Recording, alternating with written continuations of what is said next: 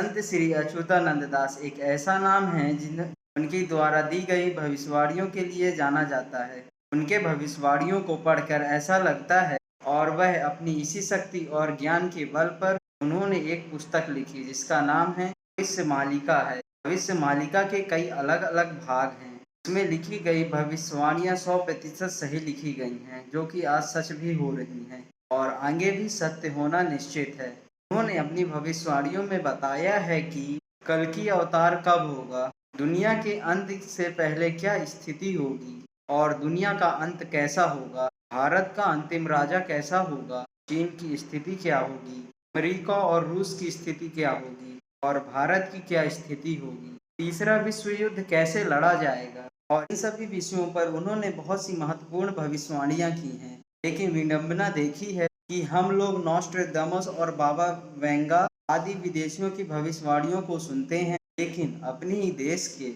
महान संतों की भविष्यवाणियों के बारे में हमको कुछ नहीं पता। नमस्कार दोस्तों, बहुत बहुत स्वागत है आप सभी लोगों का हमारे YouTube channel daily entertainment fact पर। आज की हम इस वीडियो के माध्यम से श्री अच्युतानंद द्वारा लिखी गई पुस्तक भविष्य मालिका के भविष्यों के बारे में जानेंगे। आप लोगों को बता दें, यह पुस्तक हिंदी और अंग्रेजी में उपलब्ध नहीं है, यह केवल उड़िया भाषा में बस है। तो आप लोगों से विनम्र निवेदन है कि आज का वीडियो आखिरी तक जरूर देखें और चैनल में नए आए हैं तो चैनल को सब्सक्राइब करके बेल आइकॉन जरूर दबाएं। तो चलिए दोस्तों, वीडियो को शुरू करते हैं। आज से लगभग 600 वर्ष पूर्व 15वीं और 16वीं शताब्दी के बीच उड़ीसा के वैश्य समुदाय में एक बहुत ही महान संत श्री अच्युतानंद दास जी का जन्म हुआ था और उसी वक्त उनके समकालीन 5 और भी संत थे।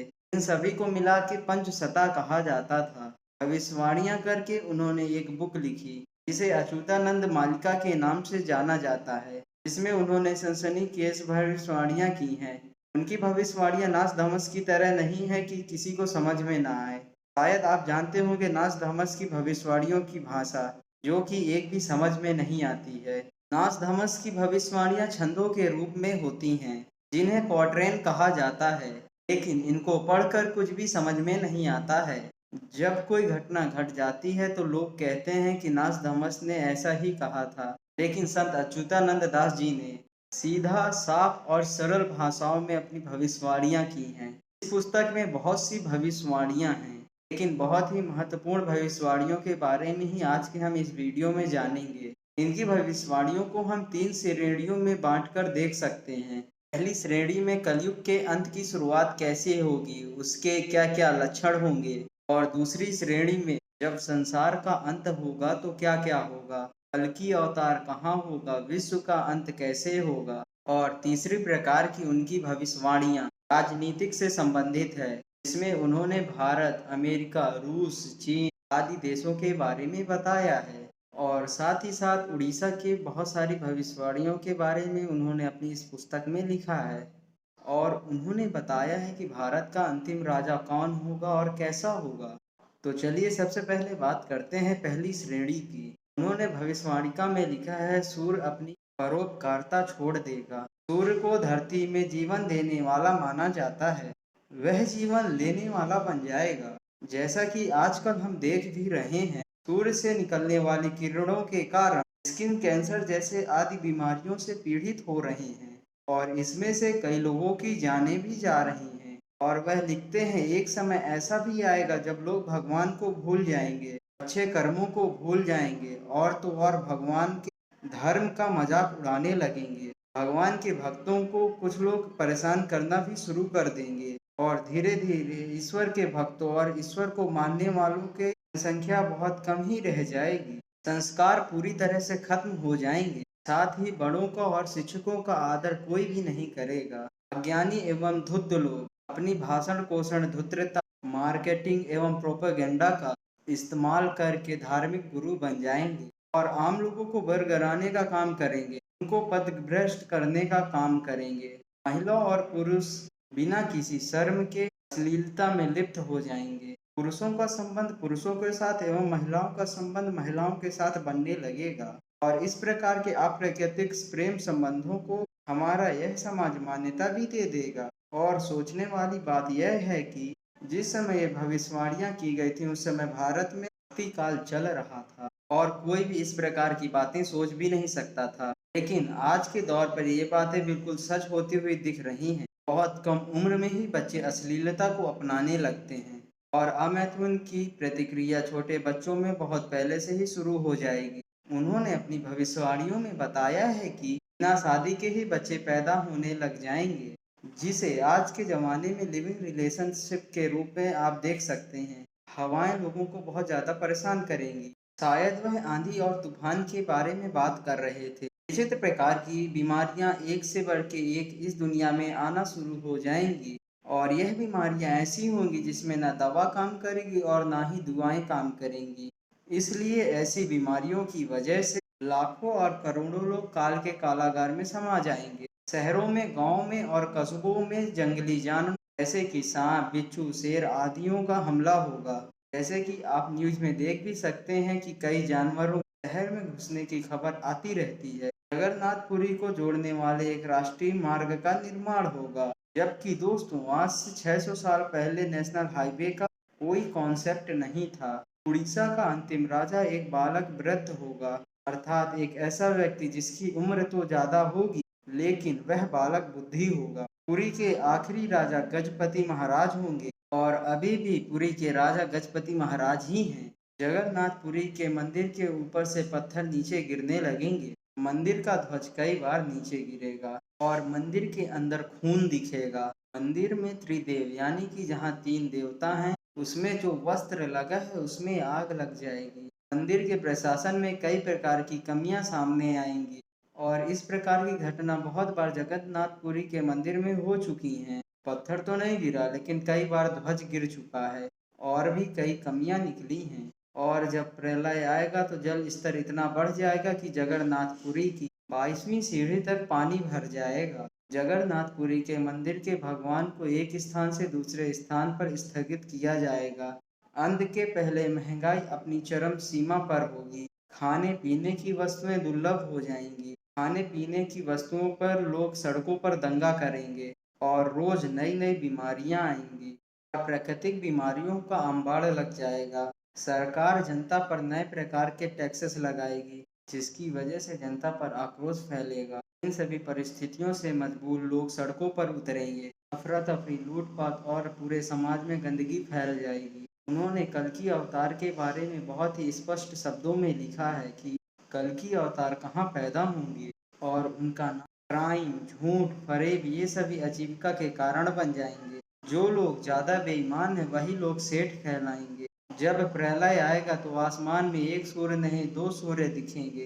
रात की धुंध में भी युद्ध के धुंध दिखेंगे। फिर 7 दिनों तक सूर्य नहीं निकलेगा और पृथ्वी बहुत बुरी तरह से हिलेगी, जिसकी वजह से गांव, कस्बा और शहर पूरी तरह से तबाह हो जाएंगे। विश्व की जनसंख्या बहुत कम ही रह जाएगी। एक गांव में मुश्किल से 2-4 लोग ही जिंदा रह पाएंगे। समुद्र बहुत आगे बढ़ जाएगा और एक सुनामी जैसी घटना होगी और समुद्र के किनारे बसे कई शहर समुद्र में ही समा जाएंगे। उड़ीसा के 6 जिले डूब जाएंगे। भगवान जगन्नाथ एवं उनका परिवार दूसरी जगह जाकर बस जाएगा। उस स्थान का नाम छाटिया बट होगा। 2023 में उड़ीसा में बहुत ही बड़ा जल प्रलय आएगा। राजनीतिक भविष्यवाणियों में उन्होंने कहा है कि भारत पर चीन और मुसलमान मिलकर हमला करेंगे, जबकि इस भविष्यवाणी के समय पे पाकिस्तान नहीं था। हो सकता है कि चीन और पाकिस्तान मिलकर भारत पर हमला करें और यह युद्ध काफी दिनों तक चलेगा। सन 2024 में बहुत बड़ी ट्रेजेडी आएगी, जिसमें लाखों और करोड़ों लोग मारे जाएंगे।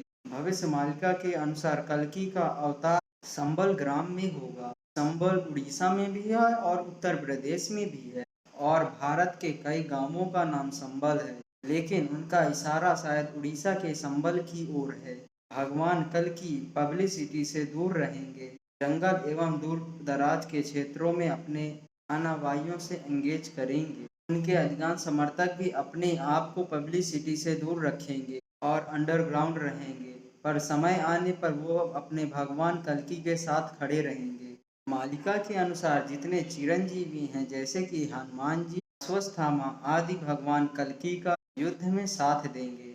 श्री शिशु अनंत मल्लिका के अनुसार भगवान कल्कि के 74,000 डेवोटीज एक ही जगह पर जन्म लेंगे और यह सब लोग महाभारत के समय के लोग होंगे जो पुनः धरती पर जन्म लेंगे और भगवान कल्कि के साथ मिलकर युद्ध लड़ेंगे। और इसके साथ ही 64 धार्मिक गुरु और 8 सेनाधिकारी भी जन्म लेंगे। लेकिन ये सब वैश्य समुदाय के लोग नहीं होंगे, बल्कि गृहस्थों होंगे। विष्णु यश एवं जसोमंती इनके माता पिता होंगे। इन दोनों के माध्यम से ही कल्कि भगवान का जन्म होगा। इस पुस्तक में कल्कि भगवान का नाम चक्र प्राणी बताया गया है। दूसरी पुस्तक अच्युतानंद दास सूर्यचरिता के चतुर्थ अध्याय में लिखा है कि कलयुग के अंत में जब मानव का आरास हो जाएगा, भगवान जगन्नाथ ही कल्कि के रूप में संबल नामक जगह पर जन्म लेंगे। एक अन्य स्थान पर गया का भी जिक्र आता है, जो कि बिहार में पड़ता है।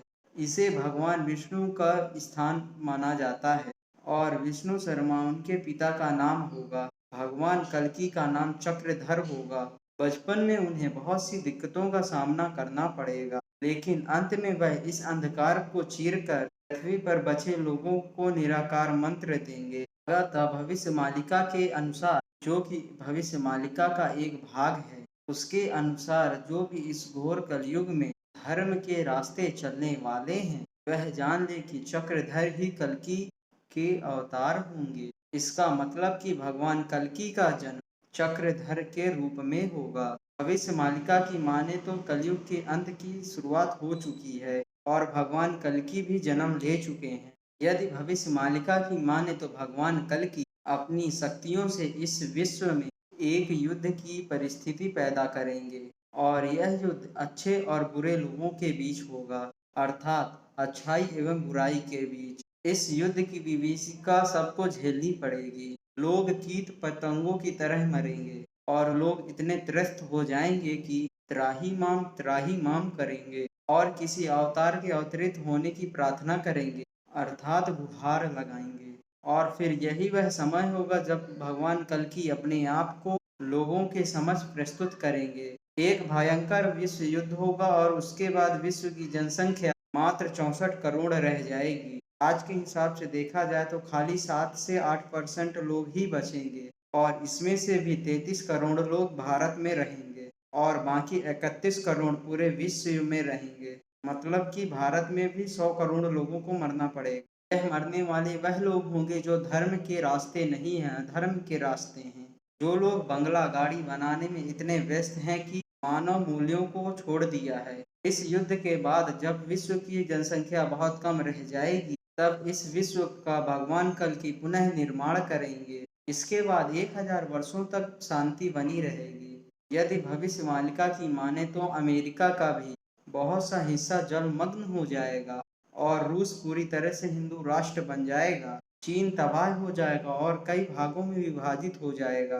भारत का अंतिम राजा ऐसा होगा जिसकी कोई संतान नहीं होगी, मतलब कि वह संतान विहीन होगा और एक योगी पुरुष होगा। क्या उनका इशारा नरेंद्र मोदी की ओर था, क्योंकि उनकी भी कोई संतान नहीं है? या फिर वह योगी आदित्यनाथ की बात कर रहे थे, क्योंकि वह भी योगी पुरुष हैं और उनकी भी कोई संतान नहीं है? या फिर भविष्य मालिका का इशारा किसी और पुरुष की ओर है, जिसके बारे में जानना हमें जरूरी है। भविष्य मालिका की माने तो यह दुनिया अपने अंतिम पड़ाव की ओर पहुंच चुकी है। इसमें लिखा है कि 2025 के बाद का समय एक विभीषिका के समान हो। तो दोस्तों, ये थी भविष्य मालिका की कुछ भविष्य की कहानियाँ। आप इस भविष्यवाणियों के बारे में क्या सोचते हैं? अपनी राय हमें कमेंट सेक्शन में ज़रूर बताना। यदि आपको वीडियो अच्छा लगा हो तो वीडियो को लाइक करें और अपने सभी दोस्तों और रिलेटिव्स में वीडियो को शेयर करें। और अगर अभी तक चैनल को सब्सक्राइब नहीं किया तो चैनल को सब्सक्राइब करें। मिलते हैं अब अगली वीडियो में किसी ऐसे ही टॉपिक के साथ। तब तक के लिए बाय बाय, धन्यवाद।